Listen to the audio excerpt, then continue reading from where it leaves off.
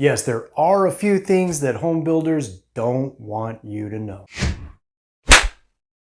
Hey, Jose here, your SoCal Realtor. If you're thinking about buying or selling a home, don't hesitate to reach out. My team and I, we are here and ready to help you with your real estate needs. Maybe that's a little strong of a statement to make, but it is fair to say that they prefer you to not know these things. And before we really jump into this, I just want to say that there are many great sales reps that work for new home builders.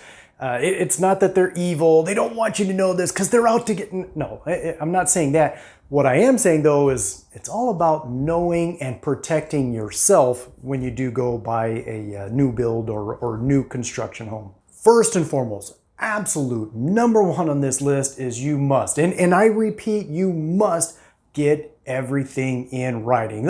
Listen, here's what I mean by that. You're sitting down with the sales rep there. They're working with you and making promises or agreements for whatever those might be for. Yeah, whether it's they're going to comp you a free upgrade for your house, or maybe it's something to do with the warranties that they're offering you with regards to your house, or maybe they're going to do something to help you out when it comes to the closing costs, or maybe the interest rate. They're going to help you buy down your interest rate. Again, whatever it is that they're making when it comes to a promise or an agreement, get that in writing. Make sure it's in the paperwork, in the contract that you have with that builder. Can I get that in writing? Listen, no one is saying that they're liars. They're lying to you if it's not written down in the contract, even though sometimes that is the case. Listen, that sales rep might have every intention of honoring everything that they talked about with you. But what if they aren't still there 2 weeks from now? Or whatever the time frame is. My point, though, is just this. You're right in the middle of having your new home built. And, well, what if they got transferred to another location? Maybe the builder took them from this location, transferred them over somewhere else. Or what about this? What if they just quit?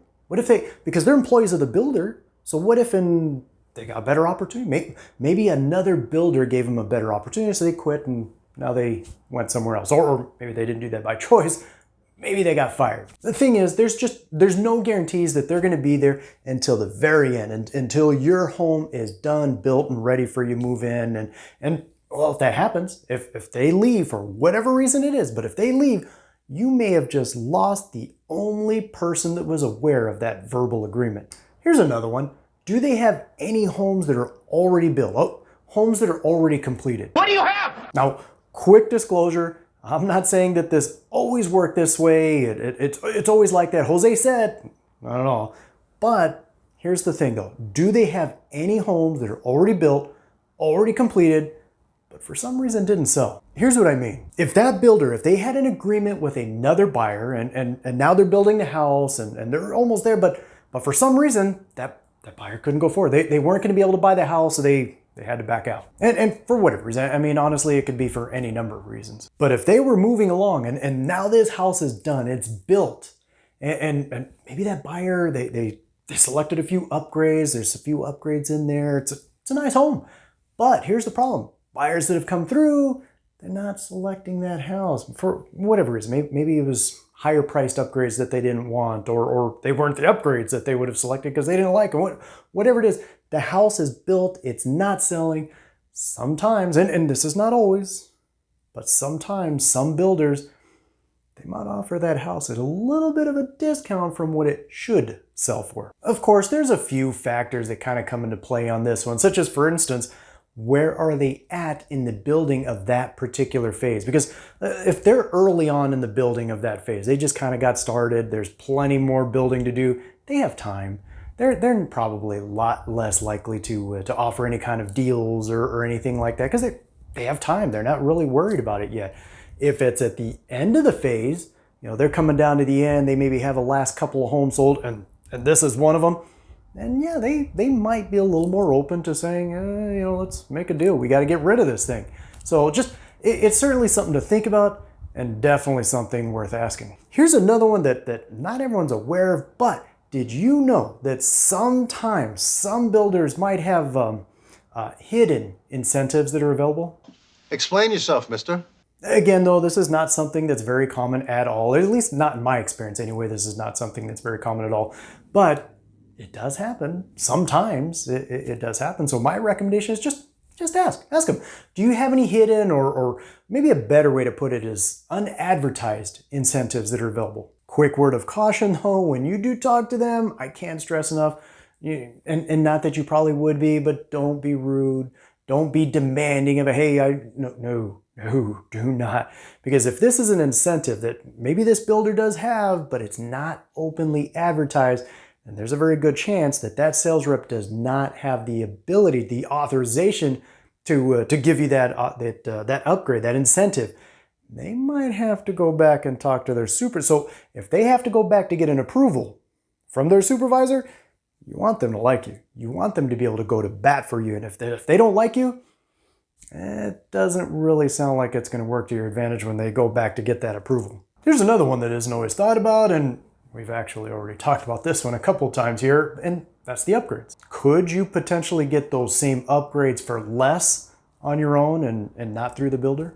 Not always thought about, right? Especially when you're sitting down with those sales reps in the design center and they're showing you all the beautiful upgrades that are available for your new home. But in most cases though, you're paying for convenience. The convenience of having those upgrades done, installed in your new home and ready for you to move in. Now, if you're looking at upgraded flooring, maybe they're showing you, beautiful tile flooring options, and you see one of them, you're like, oh wow, those are beautiful. We love those. We want those in the house. Or maybe you're thinking over here on this wall, we really would like to have an extra outlet because we want to do whatever it is, right? Or something on the outside of the house, whatever it is.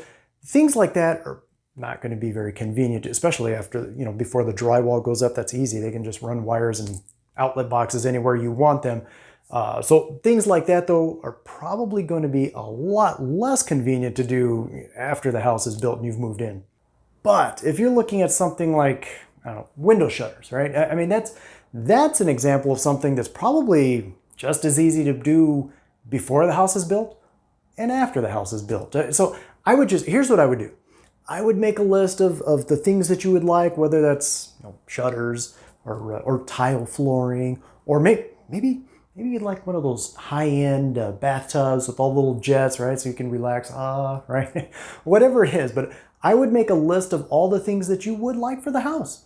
And if it is something that could potentially, at least with the same convenient factor anyway, or similar convenience, I guess I should say, but if it is something like that that can be done after you've moved in, I'd try getting some quotes or estimates for those. Because now when you are sitting down with the design center and they're showing you these things, you have something to kind of compare it to. You can kind of help yourself in determining, is it worth it to have them do it or wait until after and do it later? What about the warranties that are offered by the builder? Do you know how they work or what they cover? I have some idea. No idea. First of all, you have different time frames for each component of the house in those warranties. Such as, for example, here in California, you have parts of the house that are covered under the warranty for 1 year, and these are usually things like the appliances that come with the home.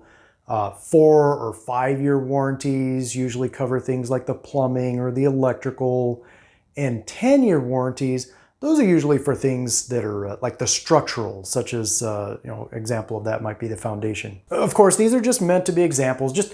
They're meant to give you kind of an idea of what kind of coverage is and how long those coverages typically last. It's extremely important. I can't stress enough. Make sure that you do ask them. Find out what are the time frames for all the warranties and what they cover. But just kind of going back to point number one, don't just have them tell you.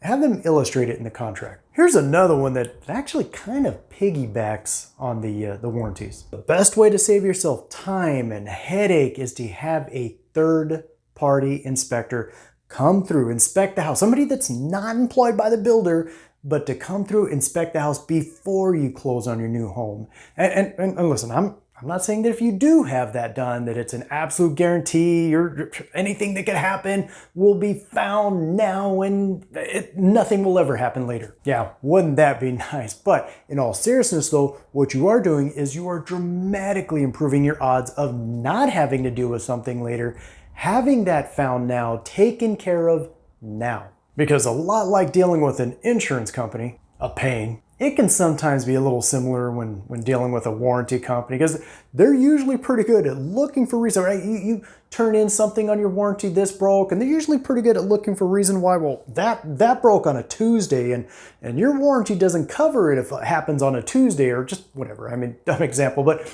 my point though is this: they're usually pretty good at looking for reasons why they might not have to take care of that. It's not covered under the warranty. They're looking for reasons to be able to save themselves money so they don't have to foot the bill to have it repaired, replaced, or whatever the case is. So I would do this. I always recommend having a third-party home inspector go through the house. And it's a thorough process. I mean, they spend a good couple hours going through the house meticulously, looking for everything that may not have been done properly when they built the house, may not be working like it's supposed to be, or maybe something that could end up becoming an issue because it's kind of, I would have that done. I would have a third-party inspector go through the house. And when would I do that? I'd have them go through there just before you have your masking tape walkthrough with the builder. That's the day that you're going to go through the house with the builder with the blue masking tape and putting, oh, that needs to be fixed, and oh, what's that? That door doesn't close. But I would have it done just before that. Yeah, this way, when you do meet with the builder for blue masking tape day, and again, that's when you're going to put masking tape on everything. That tile has a chip, it needs to be replaced. That door is not closing right, put the tape on there.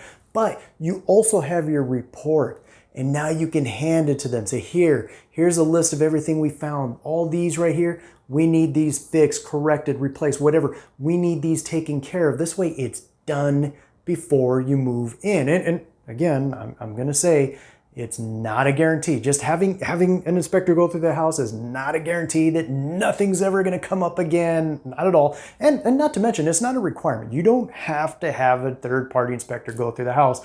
But when you do have that inspector go through, you are dramatically improving your odds of not having to deal with something later, of not having to call the warranty company, hey, get over here. I mean, this is, what in the world happened here? We need that replaced. Yes, you better, right? You definitely improve your odds dramatically of not having to deal with that. And of course, I'd hire a professional real estate agent to represent you with all this. As I said at the beginning though, I am in no way saying that this builders or the sales reps that work for the builders, they're looking to get you. They're looking to take advantage of you. I'm not necessarily saying that.